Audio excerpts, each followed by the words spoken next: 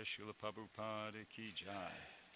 Jai Om Vishnupad, Paramahansa Paravajikacharya, Stotra Shishima's Divine Grace, Bhakti Siddhanta Saraswati Goswami Maharaja Ki Jai, Ananta Gaudiya Vaishnavrinda Ki Jai, Namacharya Shlahadadas Thakur Ki Jai, Prem Se Kaho Shri Krishna Chaitanya Prabhu Nityananda Shri Advaita Giridhar Shivasati Gaura Bhakta Vrinda Ki Jai, Shri Shri Radha Krishna Gopinath Shamakunda Radhakunda Giri Govardhana Ki Jai, Vrindavan Dham Ki Jai, Mayapur Navadvip Dham Ki Jai, Ganga Jamunamai Ki Jai, Tulasi Devi Maharani Ki Jai, Samaveda Bhakta Vrinda Ki Jai, Harinam Sankirtana Ki Jai, Brihat Madanga Ki Jai. All glories to the assembled devotees.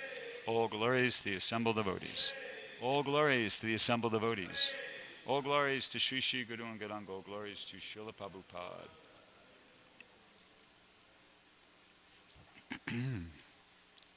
Om Namo Bhagavate Vasudevaya.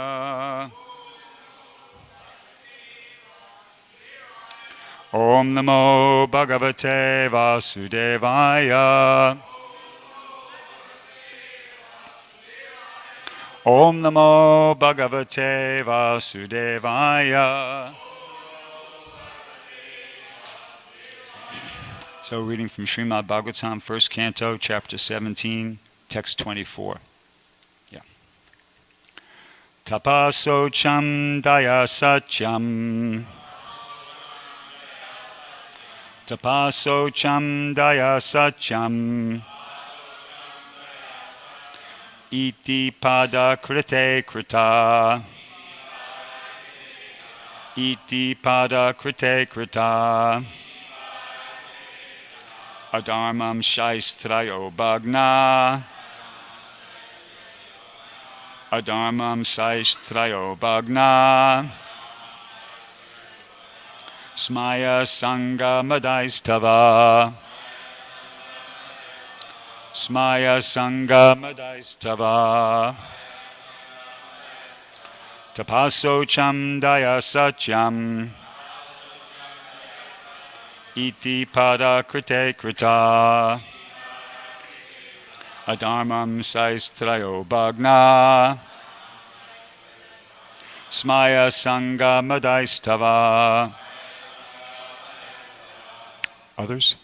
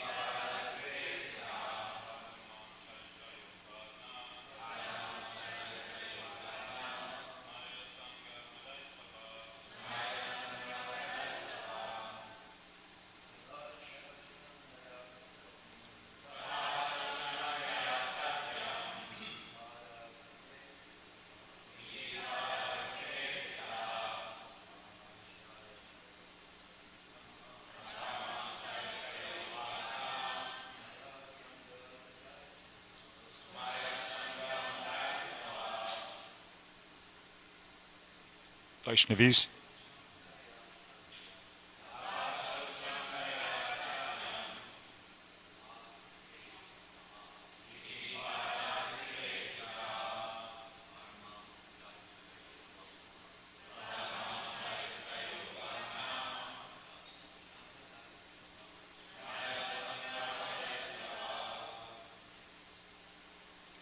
Vaishnavis?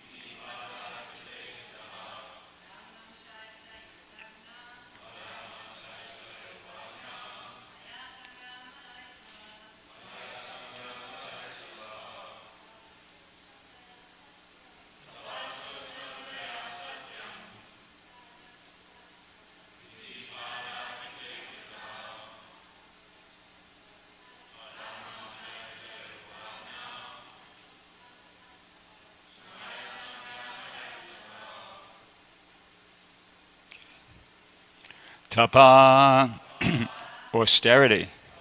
Socham, cleanliness. Daya, mercy. Satyam, truthfulness. Iti, thus. Pada, legs. Krite, in the age of Satya. Krita, established. Adharma, irreligiosity. Amshai, by the parts. Traya, three combined. Bhagna, broken. Smaya, pride. Sangha, too much association with women. Madai, intoxication. Tava, your. Translation and purport by His Divine Grace, A.C. Bhaktivedanta Swami Srila Prabhupada. In the age of Satya, truthfulness, your four legs were established by the four principles of austerity, cleanliness, mercy, and truthfulness. But it appears that three of your legs are broken due to rampant irreligion in the form of pride, lust for women, and intoxication. So this is Maharaj Prickett speaking. Purport. The deluding energy or material nature can act upon the living beings proportionately in terms of the living beings falling prey to the deluding attraction of Maya. Moths are captivated by the glaring brightness of light, and thus they become prey to the fire. Similarly, the deluding energy is always captivating the conditioned souls to become prey to the fire of delusion, and the Vedic scriptures warn the conditioned souls not to become prey to delusion, but to get rid of it. The Vedas warn us not to go to the darkness of ignorance, but to the progressive path of light. The Lord Himself also warns that the deluding power of material energy is too powerful to overcome, but one who completely surrenders unto the Lord can easily do so. But to surrender unto the lotus feet of the Lord is also not very easy. Such surrender is possible by persons of austerity, cleanliness, mercy, and truthfulness. These four principles of advanced civilization were remarkable features in the age of Satya. In that age, every human being was practically a qualified Brahmana of the highest order. And in the social orders of life, they were all Paramahamsas, or the topmost in the renounced order. By cultural standing, the human beings were not at all subjected to the deluding energy. Such strong men of character were competent enough to get away from the clutches of Maya. But gradually, as the basic principles of Brahminical culture, namely austerity, cleanliness, mercy, and truthfulness, became curtailed by proportionate development of pride, attachment for women, and intoxication, the path of salvation, or the path of transcendental bliss, retreated far, far away from human society. With progression of the age of Kali, people are becoming very proud and attached to women and intoxication. By the influence of the age of Kali, even a pauper is proud of his penny.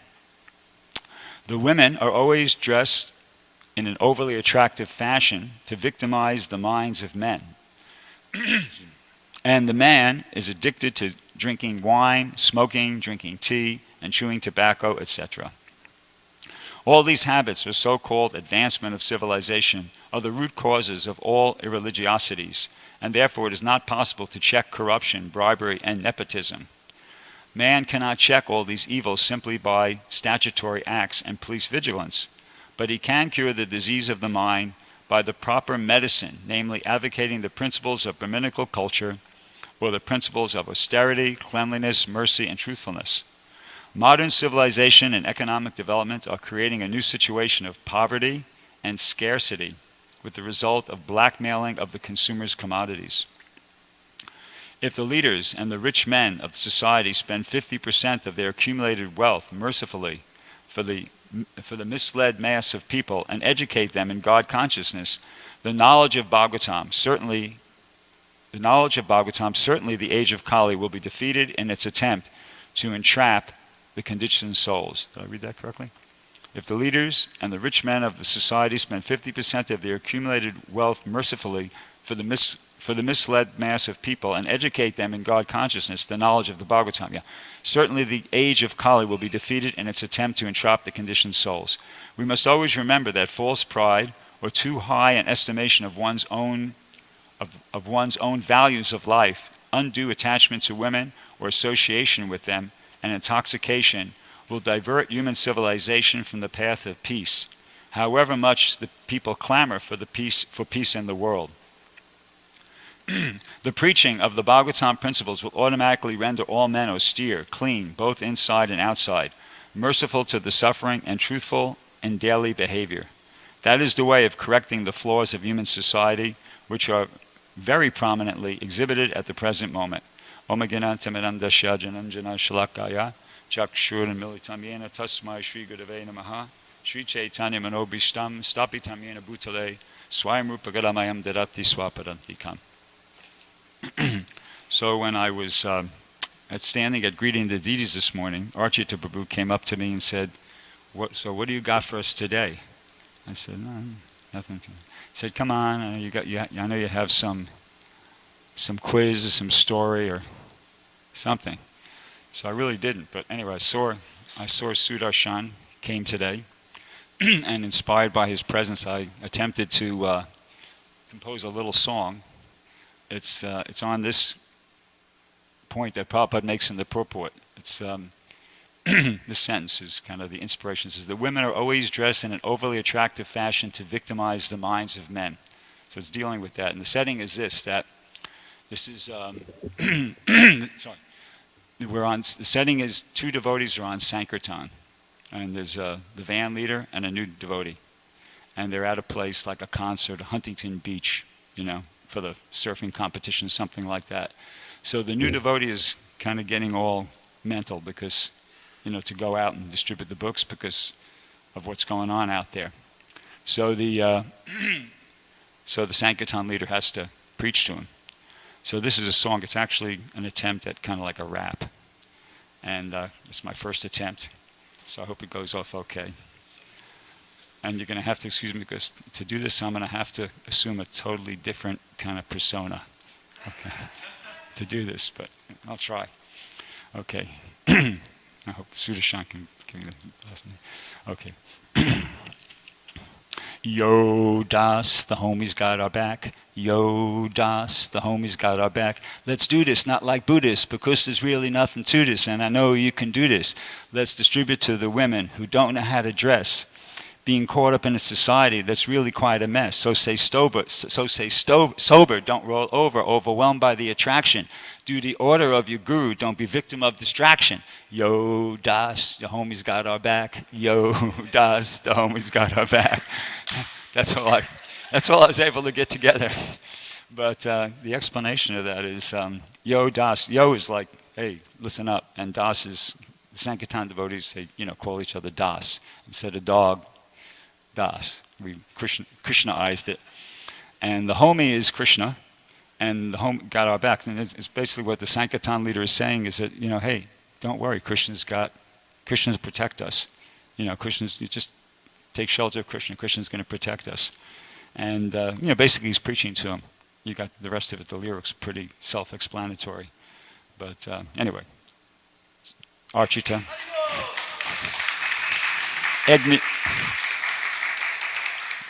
Not to be one to back down from a challenge, I had to try to come up with something.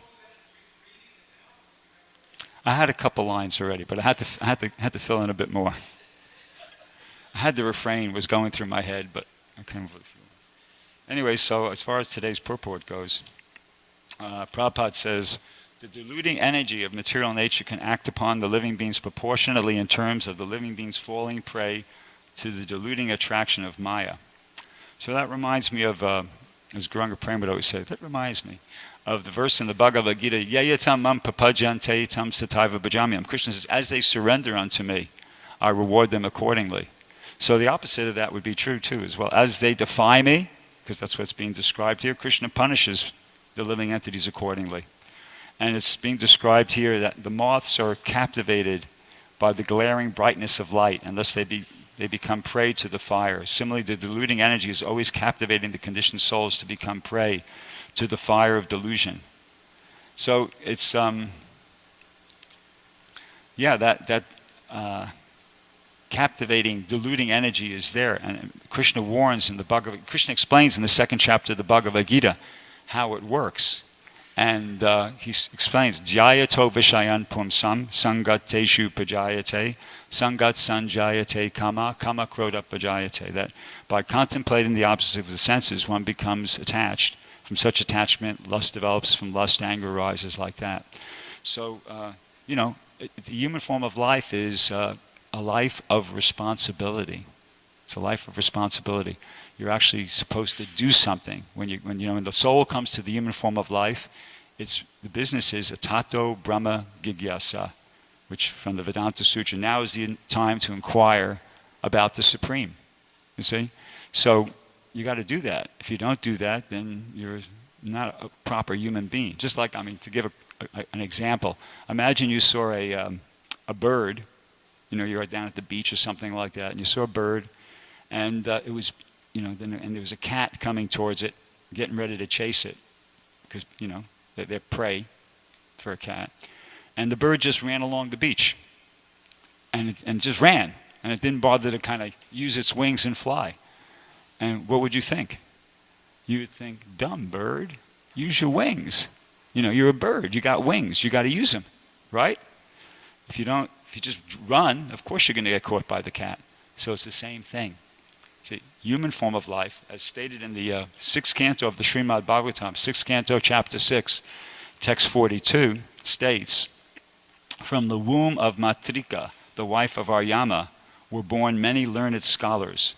Among them, Lord Brahma created the human species, and here it comes, which are endowed with an aptitude for self-examination. See? So in other words, just like the body of the bird comes equipped with the wings, and that's, he's got to use those wings to defend himself, to escape, you see? So in the same way, the human being has to use this aptitude for self-examination to escape the glaring, captivating, the glaring brightness of the light, of the deluding energy. Human beings have to be thoughtful. That's, part and parcel of the human form of life. The human being has to be thinking like this. He has to be thinking, okay, there's some pleasures here. There's some nice, eating and sleeping, whatever. There's different pleasures here, but there's a lot of bad things here too. There's a lot of problems in material life too. He's got to be thoughtful. There's death. Whether everybody has to die, and before that, people suffer. Generally speaking, there's old age, there's disease, there's so many things. There's so many different problems. So, human being has to be, what's going on here? I don't think this is really the ideal situation to try to enjoy freely and unrestrictedly. And he meant to come to that conclusion. And as a means to that end, Krishna helps. Krishna helps. Like we're in the Kali Yuga now, and it's described here. It's getting worse and worse. Things get worse and worse in the Kali Yuga, and it's not a coincidence. It's not an accident. There's a reason for that. It's because the souls in the Kali Yuga are more and more rebellious, more and more defiant against the, more averse to surrendering to Krishna. I was listening to a lecture the other day. Prabhupada was saying, surrender to Krishna means following the instructions, following the orders. It's that simple. And people are becoming more and more averse to that. So Krishna is ratcheting it up, through his external energy. He's ratcheting it up. In other words, the miseries are increasing, and it's to get people to get the point. It's just like this is another homemade example here. Okay, so imagine that you're very, very wealthy. You're a family man, or a family woman. You and your partner are very, very wealthy, and you have a big family, and you got everything. You got like a beautiful mansion house on like 50 acres of land or something like that, and you got everything. You got an indoor swimming pool, outdoor swimming pool, horses. You name it, it's there. And you even have like a home entertainment center with a theater in it, because so your kids could do something on a rainy day or whatever. And what's happening is that you got like, maybe say you got like, hypothetical situation, 100 kids, okay? So a bunch of them, a half a dozen of them or something, all they're doing is going into that home theater and they're just watching videos all day long, and they're not, what to speak of doing their schoolwork. They're not even going out and playing outside. They're just watching the videos day and night.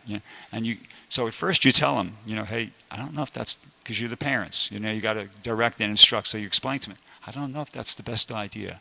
I don't think, don't spend all your time like that. You got to study, you got to be outdoors a bit. It's healthy, and they don't pay any attention. So then that doesn't work. So then you say to them, the next, after a couple of weeks, you say, hey, I really don't want you doing that. Don't, you're a bit more stern and firm.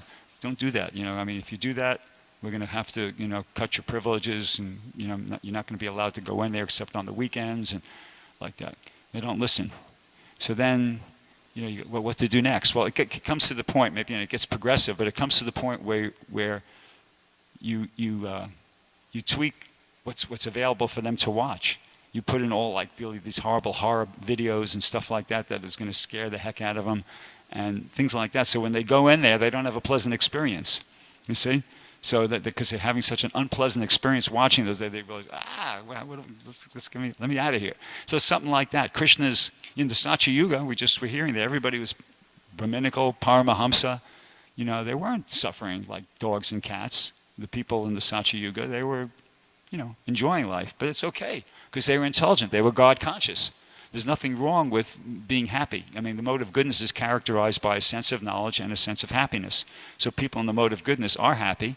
That's okay because they're God conscious at the same time. You see? But when you try to be happy, taking Krishna out of the picture, that's not okay. And that's what's going on now. So Krishna's saying, Krishna's responding by going, sorry, that's not going to work. And he's ratcheting up, as I said. Everything, the miseries are increasing. The things that are happening now, like terrorism, for instance, somebody going and shooting up innocent kids at a school or something. I remember Archita's saying, Amala Bhakti Maharaj is even older than us. That would, if somebody told me back 50 years ago that, hey, this happened yesterday and such, I would go, come on, get out of here. I wouldn't believe it. If I heard about something like that happening, I'd just go, give me a... In other words, but these kind of things are happening. So things are definitely declining.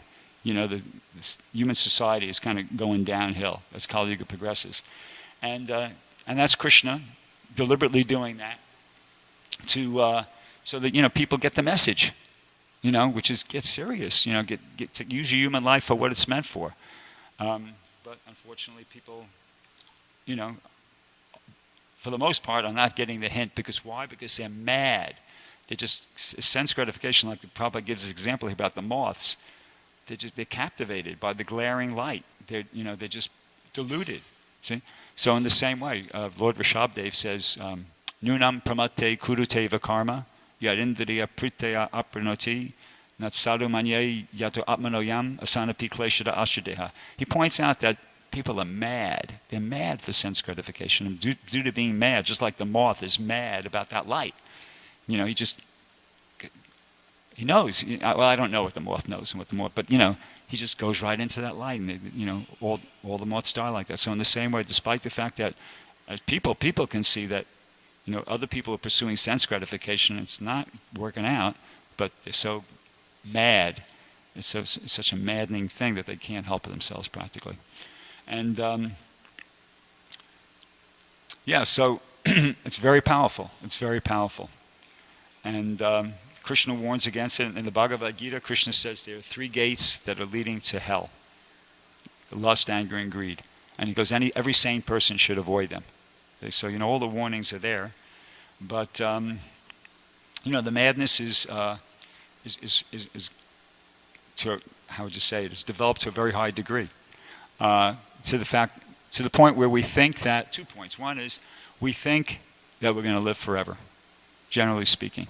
We think we got all the time in the world. We don't need to be serious about spiritual life because that's something for later on, And then another point is that, I'll elaborate on this point first. About a month ago, and this is kind of, and Archita always wanted a story, so I got a story for him, a Sankirtan story. About a month ago, I was on traveling Sankirtan. I was with Ananda Kirtan, and we were following a concert tour called Revolution.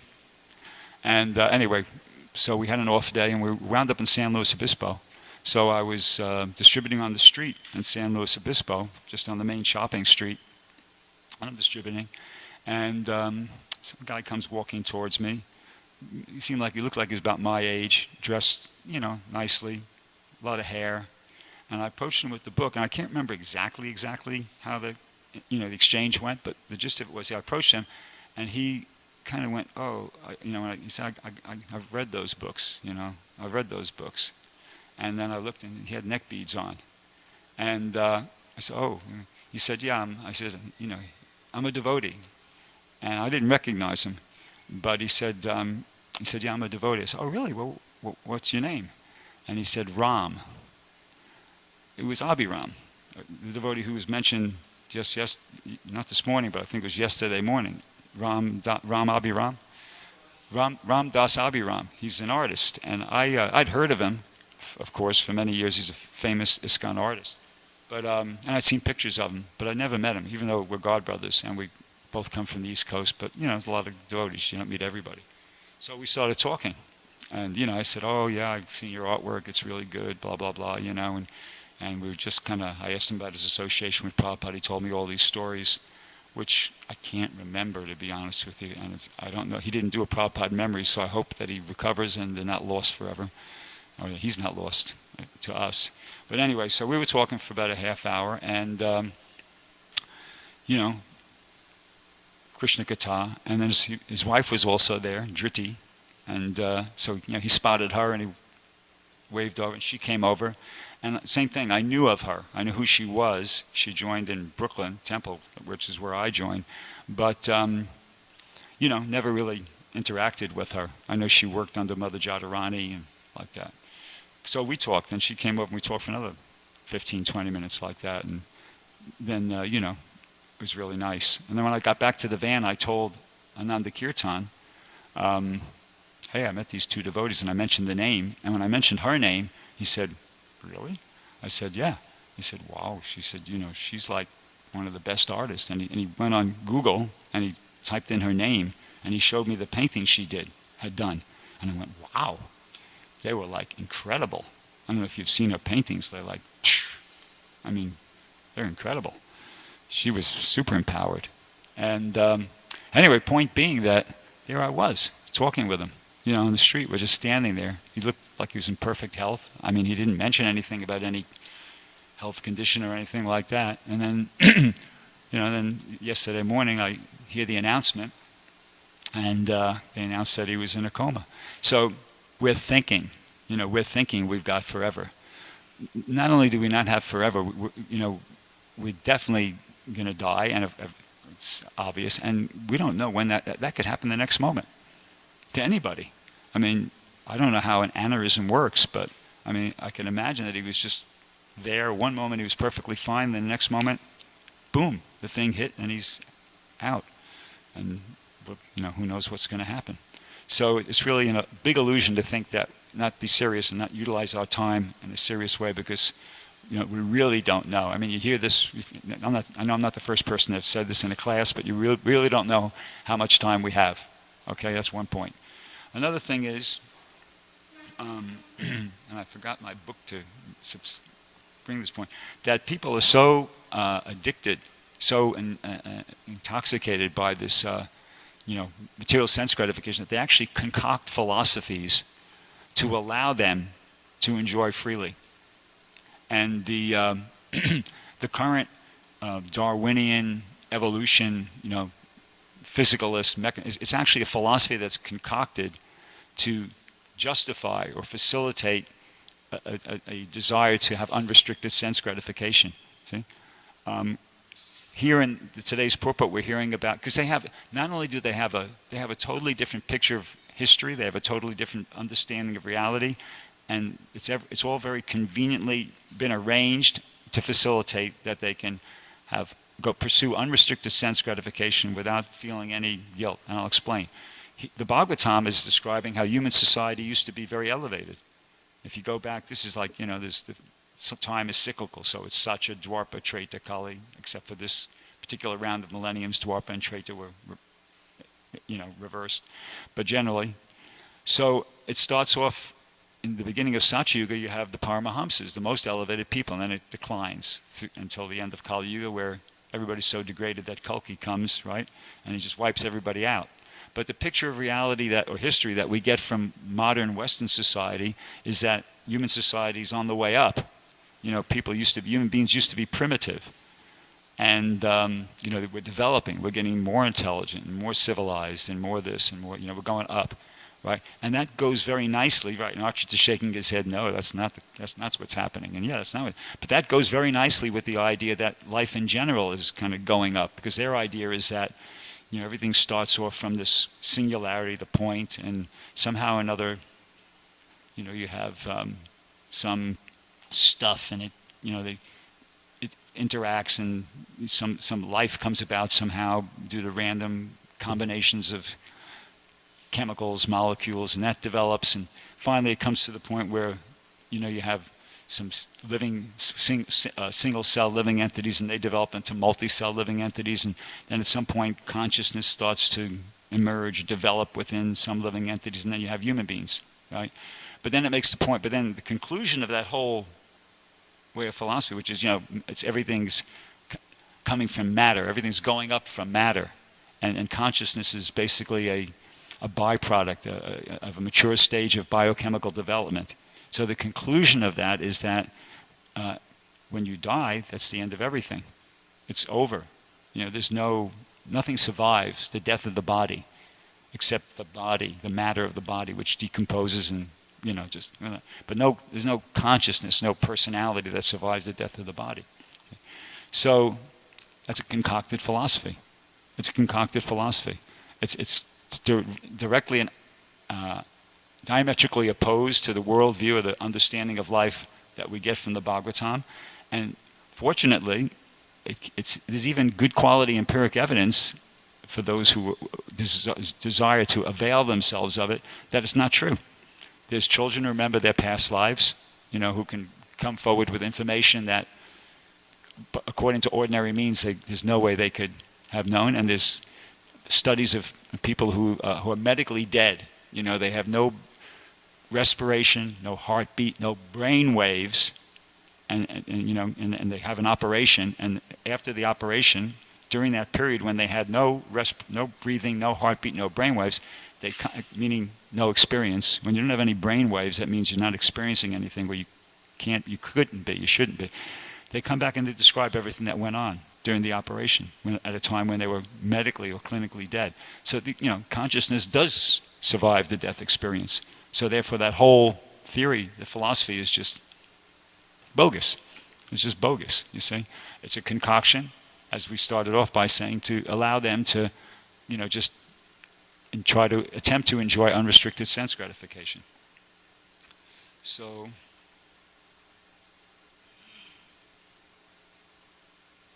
anyway, Prabhupada explains here in the purport that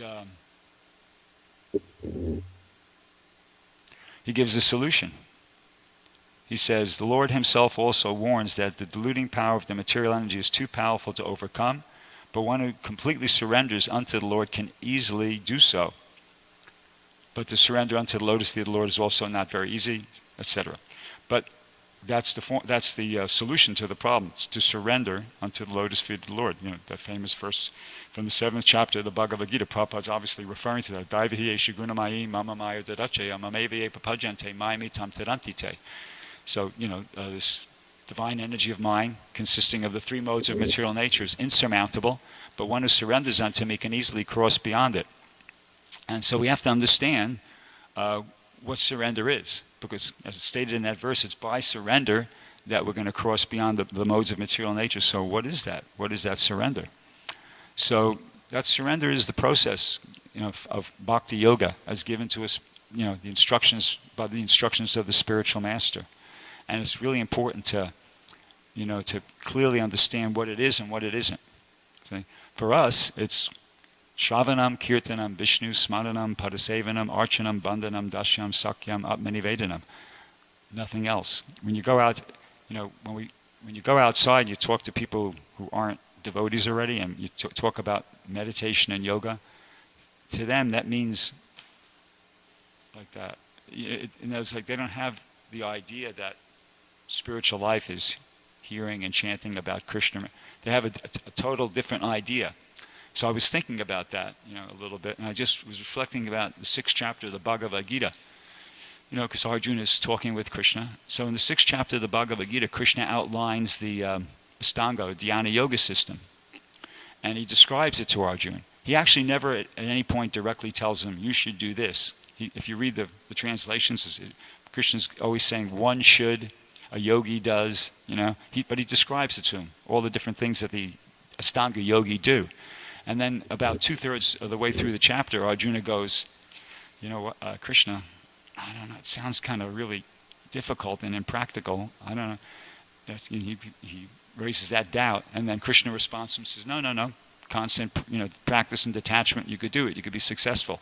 And Krishna says a couple things, and then Arjuna comes back again, a second time, and he says, well, what about what's the fate of somebody who tries and they fail? And he's really mental about the whole thing. He doesn't want to do it because he knows who he's a very advanced personality. He's Krishna's friend, but he's kind of as he's hearing Krishna speak, he's feeling like, it's not for me. I'm not going to be able to do this.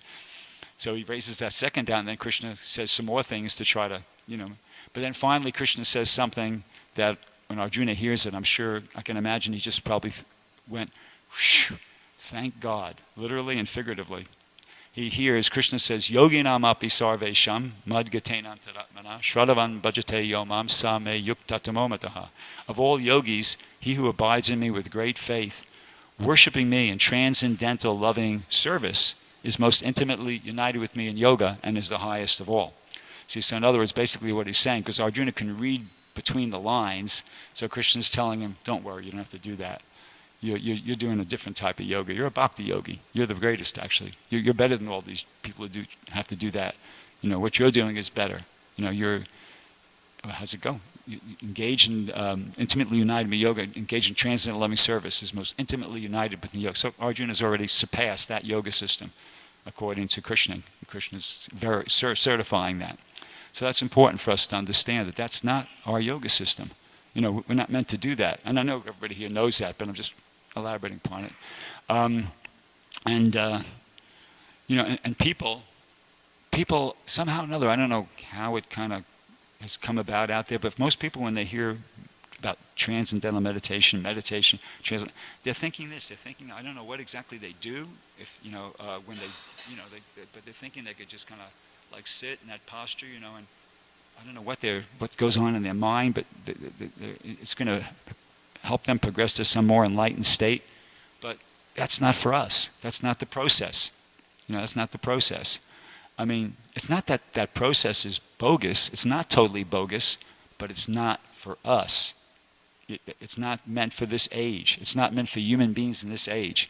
It was successfully done by people in the Satya Yuga, by these Paramahamsas that were being described here.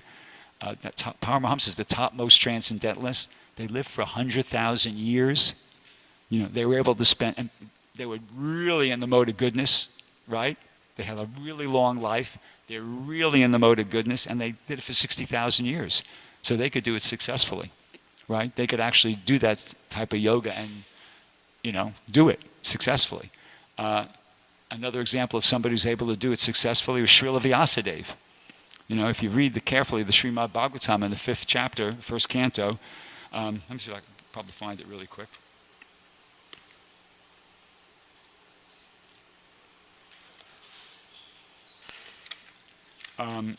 Srila Vyasadeva was, he compiled the Vedic literature. He was feeling kind of despondent because he, despite the fact that he produced so much Vedic literature, he was feeling like, I don't feel like, because he didn't describe anything about devotional service. So anyway, so Narada Muni gave him this instruction. He said, O Vyasadeva, your vision is completely perfect. Your good fame is spotless. You are firm in vow and situated in truthfulness. So these were his qualifications, okay? He says, and thus you can think of the pastimes of the Lord in trance for the liberation of the people in general from all material bondage. See, so in other words, Narada Muni was Vyasadeva's spiritual master, but he didn't spell it out for him. He didn't tell him Krishna did this, then Krishna did that, then Krishna did that, and the devotees were thinking this, that. according to this here, it says, Narada Muni is given instruction. You can thus think of the pastimes of the Lord in trance for the liberation of the people in general from all material bondage. So Vyasadeva, he could do that. And things were revealed to him. But he's God. Srila Vyasadeva is God, just in case anybody didn't happen to know. And I'll read the verse here. This is, Prabhupada says, it's just a few verses up in the same chapter. I won't read the translation, but in the purport, Prabhupada says that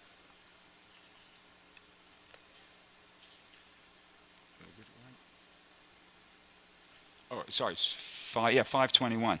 So in the purport, Prabhupada says about Vyasadeva, he says,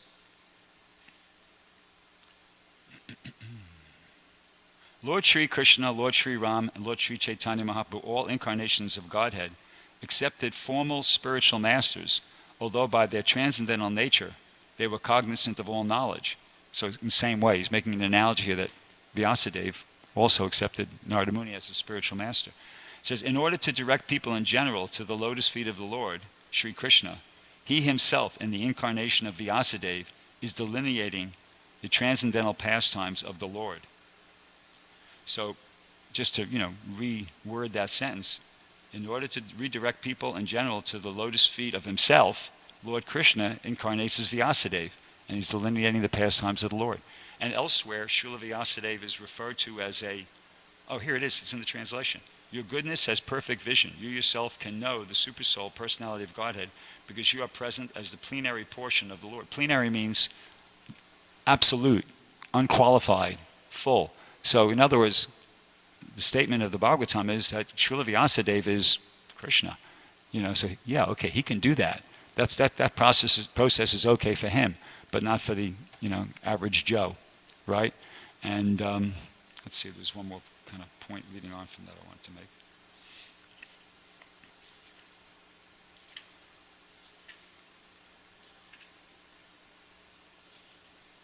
Okay, I think here it is.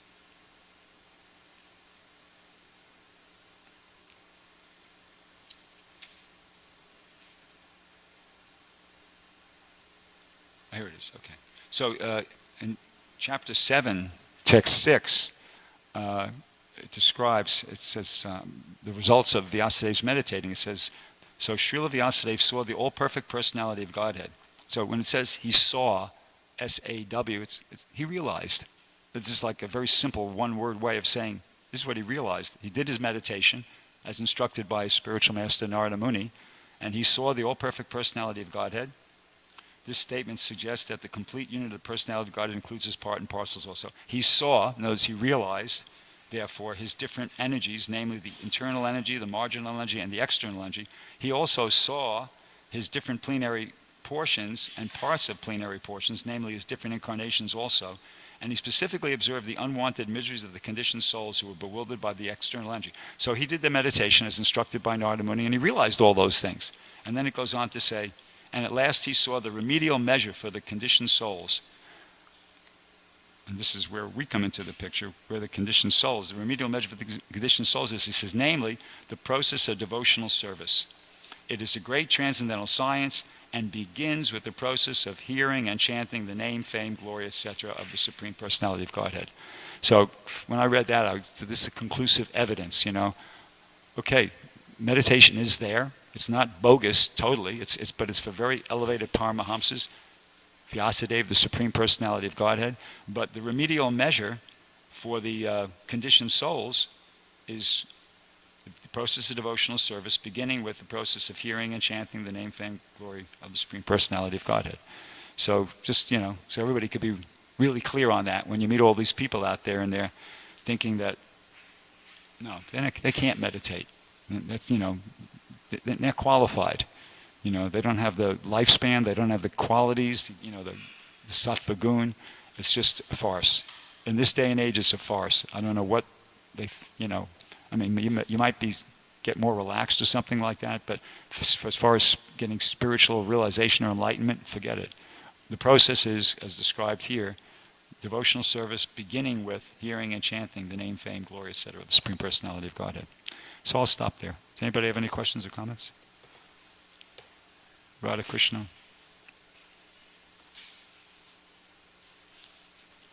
I guess the first part of the class was the best, right?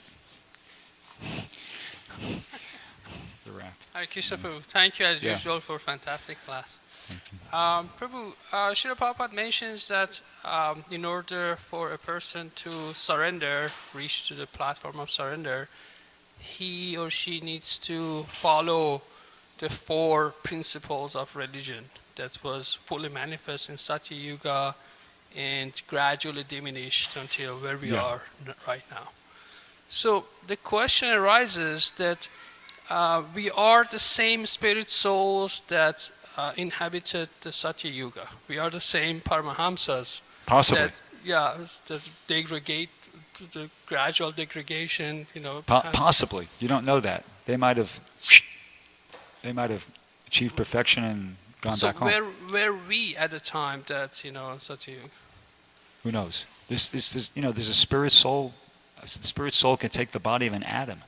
I mean, in some place in the books it's described the jivas are asankhya. You can't count them. Prabhupada says in one purport earlier in the Bhagavad Gita that the spirit soul that's inside the body of an elephant or a banyan tree is inside the microbic germ, millions and billions of which occupy a single inch of space.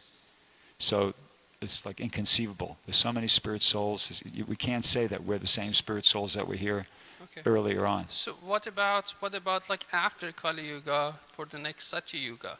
Aren't we the ones who will populate Satya Yuga? So in other words, what I want to come up to, it seems that it's not that like necessarily it's the spirit soul that like the living entity that loses its qualities and gets more and more polluted. It seems like it's the verdict of time that the degradation is set in time, and then when the new age starts, the qualities of the age also change. So in other words, the qualities that we exhibit is also a function of the environment that we are in. Yeah, but that's karmically driven.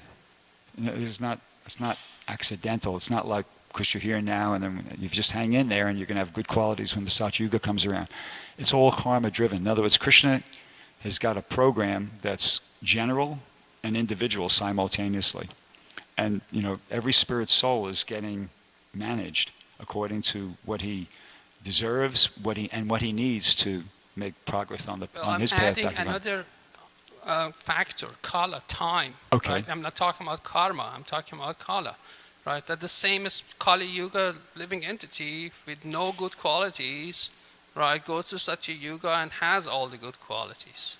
And nothing has changed but time. Yeah, but what I'm saying is that those living entities that you are thinking are going to be around in the next Satya Yuga, maybe they won't be. We don't know. There's no guarantee that living entities that are here now in the Kali Yuga are going to keep coming back and wind up appearing in Satya Yuga. That may be the case, that may not be the case. All we do know is what does happen generally when Satya Yuga comes back around again. Who will be there? Who knows? Anybody else have a Amla Bhakti Maharaj?